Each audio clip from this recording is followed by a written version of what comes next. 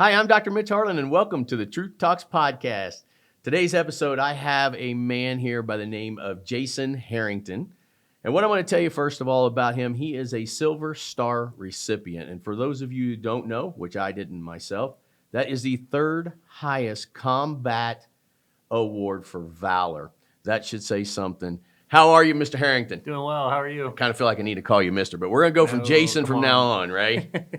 Just don't call me sir. That's right. Don't call me sir. I work for a living. That's right. You are an exact example of when you meet somebody you have no idea about their story. I met you as a coach for my son, and I only knew you by the guy that wore the LSU hat. You always wear LSU. I'm sure we're going to get into that at some point in time. Yeah, go Tigers. Go Tigers. There you go. Producer Chad calls me, and he says, "Hey, man, did you know Jason Harrington's a badass?" Nah. And I'm like, the LSU guy? That's debatable. Right. But he goes, I go, the LSU guy? And he says, yeah, dude, he's a total badass. You got to look at this story. So I start looking at this story, and he's telling me all about it, and it just kind of hit me, man. Like, you were just a regular guy to me. I come to the field. I saw you coach my son. You'd walk off the field. It was like, hey, bud, how you doing? Mm-hmm. Wow, man, wow. This is one of those classic examples of you really got to get to know somebody to really know somebody. So I'm going to kind of go through a couple things, and I'm going to have you take us to September 19th, which also happens to be my birthday. Oh, I'm going to have you take us to September 19th, 2005. That was a big day for you. Let me set this up just a little bit. You were pinned down for several hours as part of a long-range surveillance sniper team with A Company, 1st Battalion, 172nd Armor. And your job was to slip in ahead of U.S.-led coalition forces and try and detect bad guys and bombers. Correct. Yep. Okay, so football coach doesn't quite cut it. That is badass. So that's where I was like, okay, we're going to run this story, man, because I really need to know what this is about. Yeah. Take all of us really quickly to that September 19th, 2005. The LURS mission really morphed into doing urban combat. So what do you do with these guys that are good at going in behind, enemy lines and doing surveillance? What do you do with these guys? Well, our unit's made up of Marine Corps snipers, and we had ex-Marine Corps snipers, we had Ranger snipers, we had, Special Forces guys. It was a really highly qualified and just extremely professional Army unit. So, in the PA National Guard at that. So, what do we do? So, the way the mission works is you've got guys doing street patrols in Iraq. That's really what they're doing. They're out there patrolling. They're looking for things. They're doing raids, et cetera. But they're getting hit with IEDs left and right. So what can you do with these guys that are good at, we used to call it snoop and poop. You go in and snoop around and get into a spot and set up and do surveillance. So with our surveillance skills and then the additional sniper skills and just guys that are just really extremely proficient with weapons because of the background, we said, well, we can run, sniper and surveillance missions over there. So we'd go in at night, anywhere from, as long as it was dark, we'd go in, get dropped off somewhere in town. We'd walk around, have a pre-planned site we were going to, but we never wanted to, get dropped off where you were going, right? You wanted to kind of hide your position. So we'd quietly, as we possibly could, take over a house, get the family comfortable. We'd set up what we called a hide site usually on a high point, so you can look down on these spots where IEDs were hitting the guys that were patrolling around all the time. So that was our main mission. We'd been in country for, I think, 2 or 3 months at that point. Got in there beginning of July, settled in. So July, August, September, about 2.5, 3 months. Let's stop with that. Yep. How do you? Okay, so you signed up for this. You know this is possible. Yeah. How do you go to someone's house and say, especially because you got to assume that they may be the enemy? We talked about this. Right. Most families were pretty welcoming to us, and you had some that you could tell were like, we don't want you here, or God knows how many bad guy houses we may have sat in. They knew when we came in, we'd corral them, and we had little transcripts written down so we could speak to them a little bit and tell them what we were doing, and basically just keep them comfortable in the house. So we usually had 2 guys on the ground floor with the family. We'd let them kind of go about their day in their house. We couldn't let them leave because they could tell someone that we're there, and then you walk out into an ambush when you exfil however many hours later. So, yeah, it was a real weird situation. But you had the gun, you had the control, right, and it was fighting back was not really an option for them in that situation. How did you feel? Did you feel safe in there? I did I felt safe when we were there. So whenever we left the house is when I got really nervous. And the reason being is that the families where we were in Iraq, and I don't know if it's across the whole country, but the area we were in, a neighborhood is occupied by, like, call it a tribe.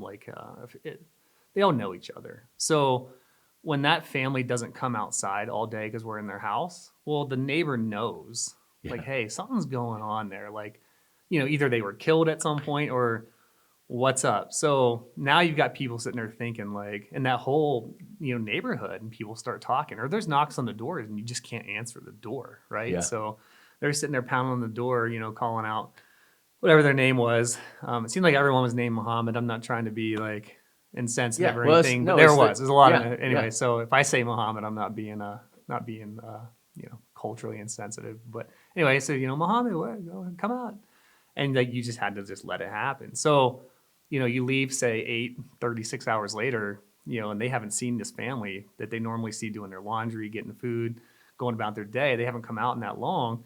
You wouldn't let them answer the door though, No. because you would be afraid that they may say in They their could say language something. that Yeah, you're because there. we don't know their language, and we didn't have the benefit of having like an interpreter with us at all times. Now we wish we had. That would have been a huge asset to us when we were there, just because of the amount of time we had to sit there and talk and potentially gather. I felt like you could probably gather more intelligence by talking to the family as opposed to just staring at a road and seeing what's going on in the area. How many guys would be in your team? 4. We had Four 4 guys. over there. Yeah, traditionally.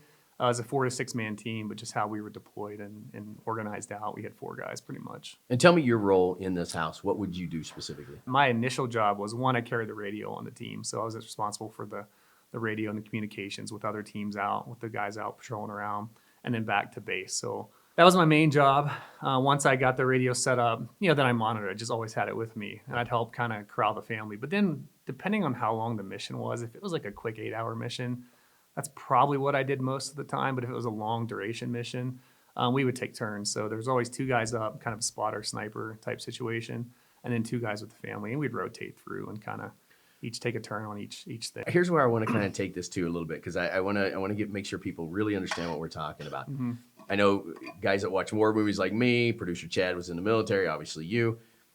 When you talk about IEDs, there's some people that's not going to know what that is. Okay. Describe what that mission was and why you were there. Yeah, so an IED is called an improvised explosive device. So it's any type of bomb that was made, someone improvised a way to make a bomb to blow Americans up. So, if you're familiar with the Iraqi war, we went in, we kicked Saddam out, took over. I mean, it was over quickly, right? I mean, they just couldn't stand up to us. So then we got there, and it was like, well, what do we do now, right? And you had all these internal factions and Sunni, Shia, and I would love to go into all that, but I'm not really. It's not my expertise.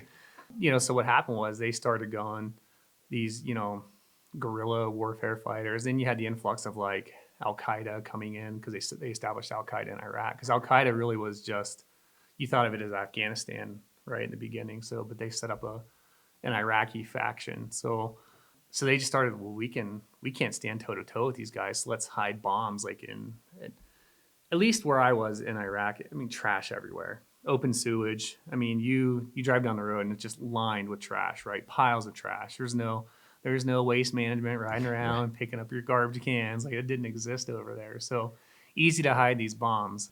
Dirt roads, you dig a hole, put bombs in them, cover it up, never see it, right?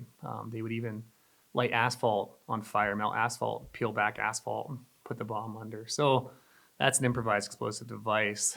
When we took over the country, their army and stuff abandoned all their weapons depots. So these, guerrillas and Al Qaeda, they went in and just robbed like all these weapon depots. So you have the IEDs that I saw when I was there were basically old mortar heads and artillery shells. A mortar is like you drop the thing down the tube and it shoots off, right? So they would just take C4, pack the end with C4, and wire, say 8 of those together, hook it up to like they're called phone bases is what they were using when I was there, and hook up this little like cell phone type thing, call the cell phone that triggers the signal, bomb goes off. So someone was usually watching you when you were there. So that's basically an ID, man. I mean, we saw propane tanks with nails taped to the side they put styrofoam on it. Styrofoam would get hot, melt, kind of act as like a napalm type situation. So those guys were, they're pretty creative. I mean, rural and like, archaic, but man, they were stupid but smart at the same time. And So your job, you were out there spotting it to make sure our guys were able to get down the roads that they needed to do the without, patrols yeah, and do kind their of keep the patrols. town safe so we could go in. And I mean, really what you're doing when we were there is you're just looking for bad guys. You're looking for high value targets, things like that, guys that they can arrest and bring in and, potentially get intel from on a real high level, right? So you got to keep the town open and available for our forces to go in there and do that. And just keeping people safe too. So a lot of dead spots where you couldn't have people there. You had a lot of like they called them OPs, so where a tank would sit on a road at one end, the other end would be another tank, but you have that area in between that you couldn't get eyes on. So that's typically where your IEDs would be on your main routes, and then all your little like towns and your little street towns and stuff, where a lot of alleyways, things like that. That a lot of places we knew not to go, but places we had to go, and that's where you'd see IEDs. So it really narrowed it down to like probably just a handful. When I say handful, a couple dozen spots where there was IEDs constantly going off. So And that was, did they mainly use C4? Is that what? C4 would cause the artillery shell to blow up, and then the artillery shell was the explosion, right? Yeah. So C4 was just kind of the catalyst to get that thing to explode. So if one went off, how far could you hear it from? Miles and miles away. So I mean, you'd be if you were in base, and our base was on the edge of town, but if you were at a base and you heard an IED go off that took out a Humvee, I mean, you'd hear it. You'd hear it echo across the town. So Okay, so here's why I set all this up. yep, You had one go off underneath you. two. Two go off underneath you. Yeah. This is where we get to September 19th. Yep.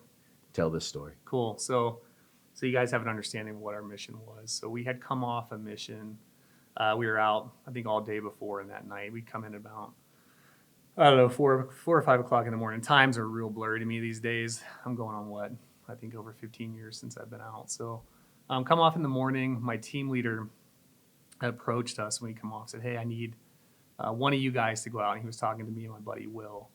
The Humvee guys that were getting hit a lot, I mean, they were getting pounded. I mean, it was daily. They were getting hit with IEDs and they were getting concussions, and they needed to get guys on rest. So whenever our teams came off a mission, because of the high nature of capture, and they wanted us well rested before we went out on another mission. So we always had pretty much a full day off, 24 hours between missions. It's not like we did back to back to back missions all the time. They said, hey, we need one of you guys to fill in. I think it was for like red platoon, and we were green platoon, and we need a Humvee crew to go out. So our lieutenant, who again, he wasn't an original Lurks guy, Mark Dooley.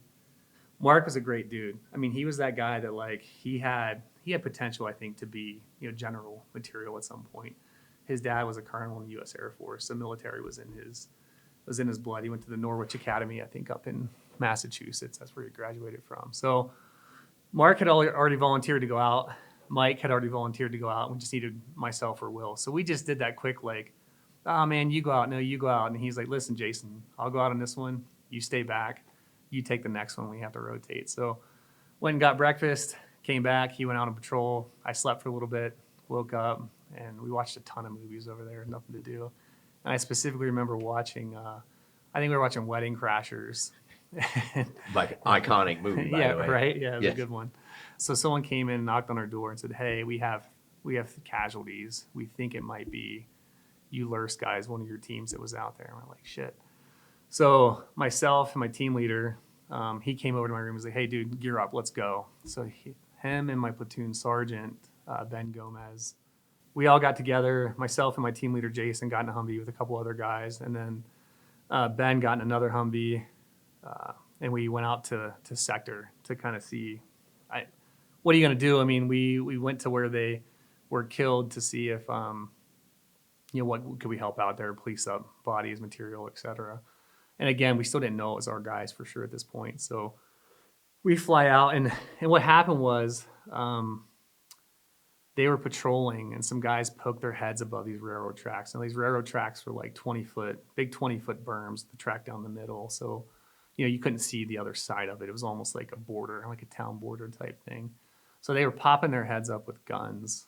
And so our guys took off after them, and they were simply baiting them into an ambush. So when they went to go over the tracks, it was a dirt road over the track. They had buried, from what I heard, like 6 to 8 155 millimeter artillery shells onto the ground. And it went off underneath, right where my lieutenant was sitting in the front right part of the Humvee, and just destroyed it. You know, I have pictures of it, and it just looks like you wouldn't know it was a Humvee. It just looks like scrap metal. So we fly down the road, drive by the scene. They already had like a bunch of people out there cleaning up and doing their thing there. So we went to like the closest house we saw nearby and walked in and started questioning the guy. And it was, no, mister, I don't know, mister, I don't know. And it's like, well, bullshit, you know. Am I allowed to swear? Yeah. True talks. Go for it. So, yeah. So it's like, you know, bullshit, dude. You know exactly who put this bomb in. I mean, you don't bury frickin'. And you're kind of pissed. Yeah, you're extremely pissed. Yeah. I mean, you still don't know it's your guys, but whether it's Lurse guys or guys from our company, Anyway. we're all buddies, right? So we all knew each other.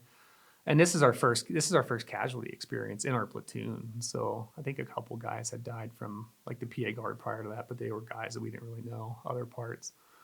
So you're pissed. So we worked the guy over pretty good. I mean, trying to get information out of him, and he wouldn't say anything. So we're like, fuck it. So we left, and we decided we were going to drive around to the other side of the railroad tracks. But to do that, you had to go like the whole way around the town, go out to the main road, because you didn't want to go over the tracks again, knowing that, you know, they might know that's what we're trying to do, and there's another IED going off. So we go the whole way around, and we're flying down this dirt road. And let me also say this: we were told not to drive on dirt roads by the unit we replaced, right? But in that situation, you're like, you didn't give a shit. Yeah. Because the dirt roads, like I said, you can hide those things so easily. Like, so we're flying down the dirt road, and then all of a sudden, the way I described it, like everything just went black. And it was like, the physical feeling, I don't remember. Like, I don't remember if it was like getting punched, or I just know everything just went black. And then ears were ringing, and there was, I don't know if it was smoke or dirt or a little bit of both.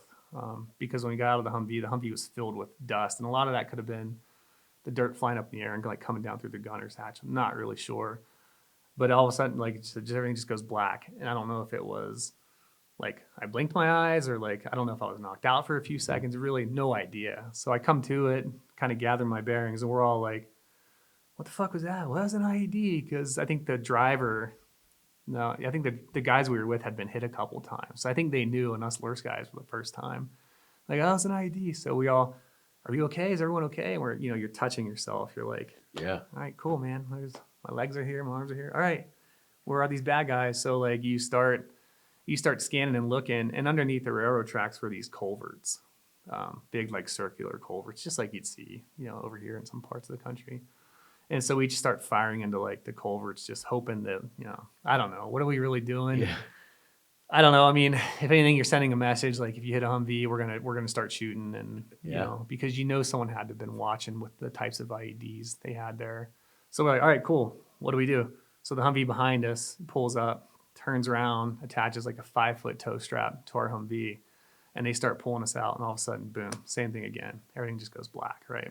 So that IED had gone off more so under the rear end of that Humvee, but I remember our Humvee like popping up in the air and slamming down, and so we both got hit with that one essentially.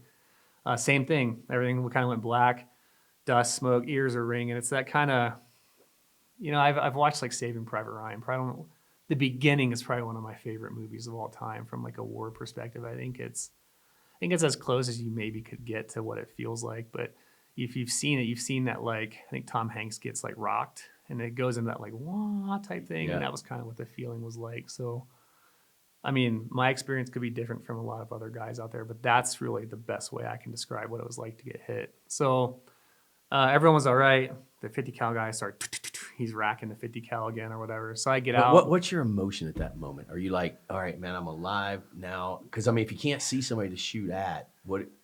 I mean, you're just kind of I don't know if I even started shooting. I think the 50 cal guy started going off at these culverts in areas where he thought, because he had been out and he experienced this several times before. So I think he was really the one going. So the second time when I get out, my platoon sergeant who was in that second Humvee, he's laying on the ground, his pants ripped open, and there's blood coming out of his calf. So I go over to him and like, hey, are you all right? And he's like, yeah, man, I'm good. And I look at his leg, and it just looked like the little like purple like BB, like it wasn't like spewing blood or anything. It's just like little BB shrapnel had gone into him. We actually still don't know if it was shrapnel from the actual like bomb, or The Humvee was shredded a little bit, like it was a metal from the Humvee. Either way, like, so I check on him, he's fine or whatever. And we had a doc with us in our Humvee. So I call him over. I'm like, hey, come over, check out Ben.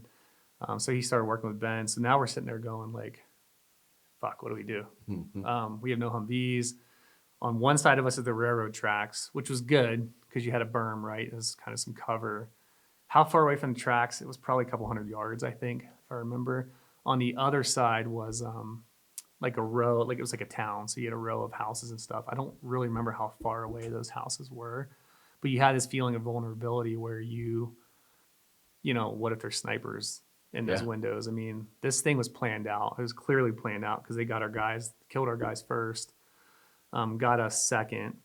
And so they knew every move we were going to make that day. They knew that we were going to get hit. They hit the first Humvee, and then the second Humvee was going to tow us out. That's why they didn't hit us with the bomb. The first bomb we ran over one essentially, right? So they knew what we were going to do. Like I said, these guys are smart and stupid at the same time. Yeah.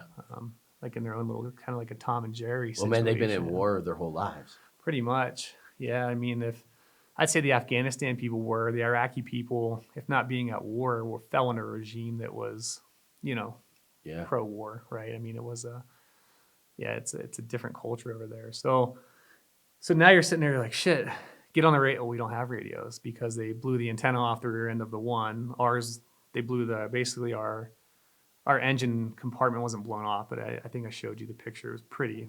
You wouldn't recognize it as a Humvee front, right? So luckily when I left to go out, I grabbed my bag with the portable radio in it that I used on the surveillance missions. And anytime I had gone out in a Humvee prior to that, I never took my radio because it's one more thing I have to carry. The Humvees have radios, you don't need it. So whether it be by habit, higher power stuff, I don't know, man. I don't know. Like, I don't. I'm not one where I think God paints like your life with his finger like that. I just think shit just happens. But so I grabbed my radio, so I'm able to radio back to base, let them know what happened. It's chaos, right? I mean, you've got casualties out there. You've got us pinned down. I mean, you're running out of resources actually to like send guys out and help and things like that. So I get on my radio, call back to base, let them know what's up, and they're like, all right, well, we're gonna do whatever we can to get out there. In the meantime, I think some guys are still shooting in the culverts. So the guys that were policing up our buddies that were killed, they were just on the other side of those culverts. So our rounds are impacting like danger close to those guys. They're like, stop fucking shooting. Like you're hitting us. We're over here. And we're like, oh shit. We had no idea. Cause like I said, the berms, big berms. So now we're sitting there. Word came through over the radio that it was our Lurs guys. So we had a moment where like, the story you read that you looked up and researched, like it acts like we were there the whole time. We were go. But like there was a moment where like we cried for a minute, like, all right. And then it was like, all right, cool. What do we got to do? So in the meantime, my platoon sergeant that was wounded, him and a couple other guys, they decided to walk over the berm and check out the blast site that killed our guys. So we're sitting there again, just waiting, scanning, whatever, like hoping we don't get, sniped or something. And all of a sudden another bomb goes off on the other side of the tracks. Well, like I said, these guys are smart, man. They knew that when a bomb went off, we would send an EOD guys. Those are explosive ordnance detection. So the guys you see in the bomb suits, the really crazy guys, like, you said, I'm a badass. I don't put on suits and walk up to freaking massive bombs and start cutting and pulling wires. So they're super smart, but they're like, I don't know, man, love those guys to death, but they're Next crazy. level. They're crazy, smart, crazy. So he's doing a post-blast analysis on the blast that killed our boys. And he goes, IED, go. And he starts running. IED goes off, peppers the back of that guy's legs. And all of a sudden we see the helicopter circle, we see the helicopter coming and land. And there's actually a picture of that Marine guy. That guy was like, he's like a legend in the Marine EOD community. And the funny thing is, like, I didn't find out about this really till later, this whole legend thing. They go to put him on a stretcher and he goes, no, fuck it, I'm walking out. And he turns and he flicks off the crowd, the Iraqi village behind us. And there's a picture out there. If you Google Omaha News World Herald Marine EOD, you'll see the picture. That day was just, like I said, extremely calculated. I mean, they knew everything. They knew all our steps, and we were too predictable. And hard lesson to learn. But so eventually, we're sitting there, and then we see an M113. It's a troop carrier, and I think this one may have had some cheap ass armor kit on it. But if the IED that went off underneath our Humvee goes off underneath that thing, no one's gonna survive. And they packed like 13 dudes in that thing to get them out because you had all these guys that wanted to come out and help. You didn't have enough vehicles, so it's barreling down the same road that we're on. And I'm like, get the fuck off the road. Like, get off the road now. I get on the radio and I send them off road because, I mean, how many more freaking IEDs are on that road? So I guess they credited me for saving like 13 lives potentially by getting them off the road too. They did. And I know it's hard to talk about yourself, especially in a humbling way when we talk about the Silver Star recipient. Yeah. So I'll help you out. I'll make it a little easier on you. They did. They credited you with saving a bunch of lives, Right. especially with all the communication that you had and at the scene and Right. how you did it. I'm sure you know this since you were there, but Yeah. for the listeners, they don't know this. It is hard. It's hard to sit there and say this. So I get it. But no, your role was obviously Silver Star worthy. Yep. And so I'll help you out there. That way you don't have to struggle through the humbleness. Yeah. And it's we can maybe talk more on that in a minute, but it's one of those things that like I just did my job. Like any of my other LURS guys, any of the other PA National Guard guys, Vermont guys, they would have done the same thing. I think so.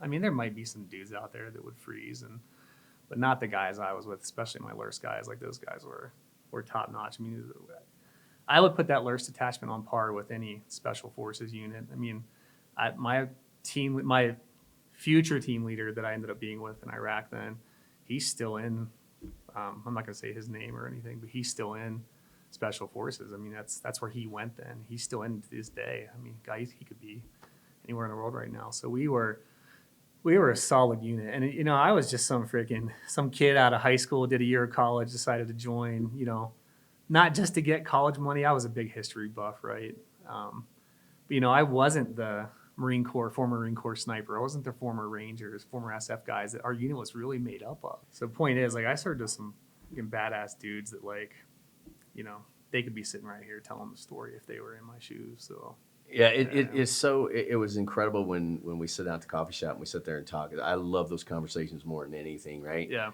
And I'm gonna go with it from here. I was probably around you a dozen times. Yep. We talked on the football field just about football. Yep. I said I have no knowledge of any of this stuff until we meet at that coffee shop.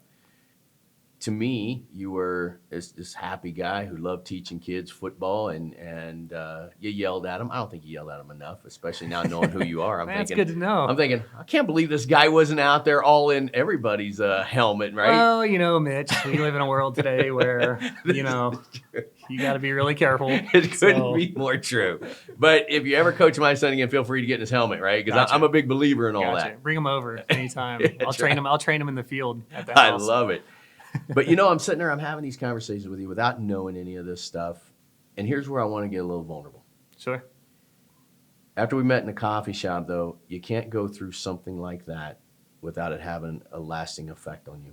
Yeah. Your dad said, you'll never know what it's like to hear a bomb go off sitting in a recliner chair until you've been over a top of a bomb. Right. And he was talking about you. You get the Silver Star, but I want to know what happened after. What's it like now? Yeah. So, I got back May of 06 or June of 06. I had like 3 years of college under my belt.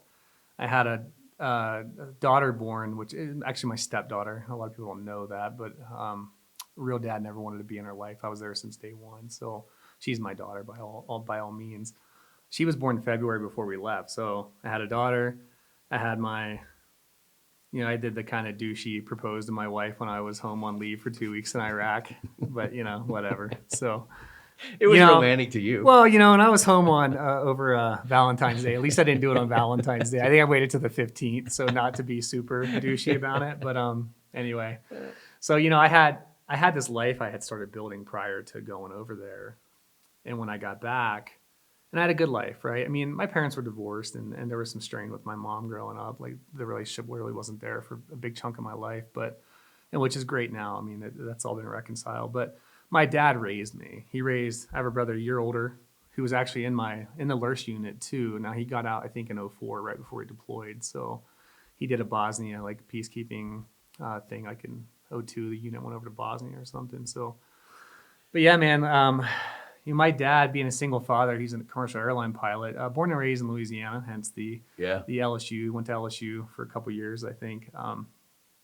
That Southern lifestyle and that kind of Southern way of upbringing I'd say it's harder just from living in PA most of my life, but having that kind of Southern influence. My dad was he was a hard ass, but he was a hard ass in order to make sure we turned out all right.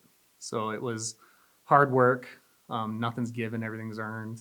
He'd be away for 3 or 4 days at a time. Imagine Landon's Parker's age, and then your daughter's what, 16, 17? Yeah. Imagine you raising both of them and being gone for 3 or 4 days and them being home alone. Yeah. You got to instill the fear of God into them so you don't come home and there's freaking powder on your table and grass everywhere, right? So that's how my dad raised us, because we had to take care of ourselves from middle school on. I always joke with my kids. I'm like, mom's doing your laundry. Dude, I was doing laundry when I was 11, cooking frozen pizzas and Hot Pockets for dinner, right? Because that's what we did. We ran nannies we had nannies for the first year. It didn't last. They had no chance. 3 middle school boys. So, but yeah, man, my dad, the way he raised us was, that was it. Everything you did 100%. You sign up for something, you don't have to do it again next time, but you don't quit. You don't quit during the season. You don't quit. And I think that's that attitude. So, when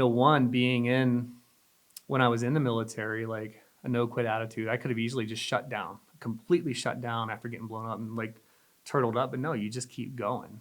And then after that incident, my team leader, it was just me and my team leader were the only ones left in that 4-man team.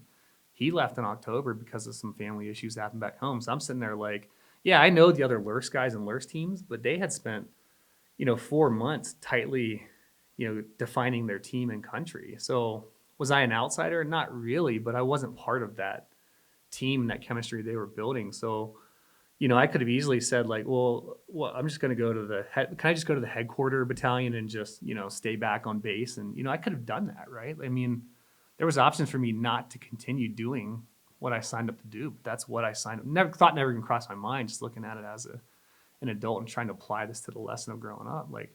I could have quit, not quit, but I could have quit what I was doing. So then transition that into home. Yeah, man. I wear the bracelet for Will on my wrist. There's not a day that goes by that either looking at the bracelet or some kind of trigger doesn't, trigger those days and those emotions. But what are you going to do? You going to drown yourself in a bottle? Stick needles in your arms, and people do that, right? And it's sad, and it's, there's a big suicide epidemic with the veteran community, but it just was never an option for me, right? Now I've got a kid that depends on me. I'm getting married. I have a wife that depends on me. We're going to have another kid. We knew we were going to have another kid. They're all going to depend on me. I got to finish college. I got to get a job, start a career and make something out of my life. And then I would say the thought wasn't present in my mind early on, but as I've matured and gotten older and more life experience, I really come to the conclusion that my guys that died and getting to know their families and stuff since we've been home, they would kick the shit out of me if I didn't live a good life, if I didn't try to live a good life, right? If I just felt sorry for myself and drowned myself in a bottle, they would be pissed. And their families would be pissed. They wouldn't tell you to your face. But if I was a shithead, and Mark Dooley's parents, who was killed, that I'm still close to these days, she wouldn't want to meet up for lunch or dinner with me. There's no way. And I wouldn't expect her to, right? Because her son, who had all his potential in the world and was probably going to be a freaking outstanding American citizen and good dude, serving the military and probably whatever else he did after that, is gone. He doesn't have the opportunity anymore. So I have that opportunity. We got one life, right? Yeah. And whether you agree, whether you're a Christian or religious and you feel it's created, or you feel like you're an evolutionist, you've got one life, regardless of how we're here or why we're here. That's it. So it's what are you going to do with it, right? So, my first purpose is to take care of my family. And then second to me is help veterans out that bomb goes off a foot here or 6 inches there.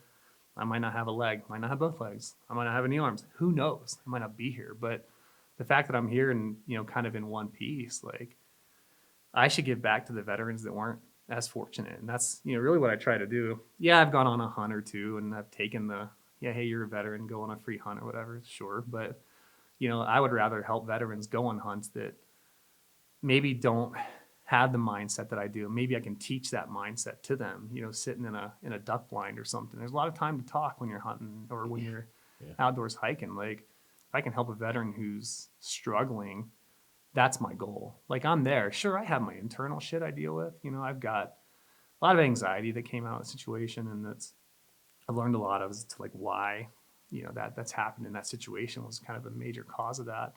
And that's also kind of carried over into some situations that have happened in my life since I've been out too. So, but there's some guys that just don't learn how to deal with that stuff. And you can talk to therapists and they're great. And without a therapist that I've talked to, I wouldn't really know how my anxiety has come out and how, like what's caused it. And we've dug through that. And now that it makes sense to me, I'm like, oh, like cool. It's like a weight lifted off your shoulder. So, but I get more out of talking to veterans that were in similar situations, not even necessarily in similar situations, but just a veteran in general that kind of understands that lifestyle and understands what we went through. So if I can be that veteran to someone, that's, like my second purpose in life, right? I think. Or, honestly, Mitch, we don't tell war stories. Like we may in the beginning have kind of, what'd you do? You kind of feel each other out. It's like a first date, right? You're like, well, yeah, man, I was, I worked in the chow hall, and you're like, oh, I mean, we can be friends, but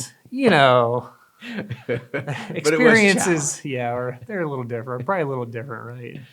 And again, I'll never knock veterans, but any veteran that serves the country. But yeah, internally we know who the best is, infantry, airborne. But it's you do that little feeling out, but we don't sit around and tell war stories. We don't do the whose dick is bigger, who got blown up by the bigger bomb, like who killed more people. I mean, that's not how it is. But I think it is massively important to talk.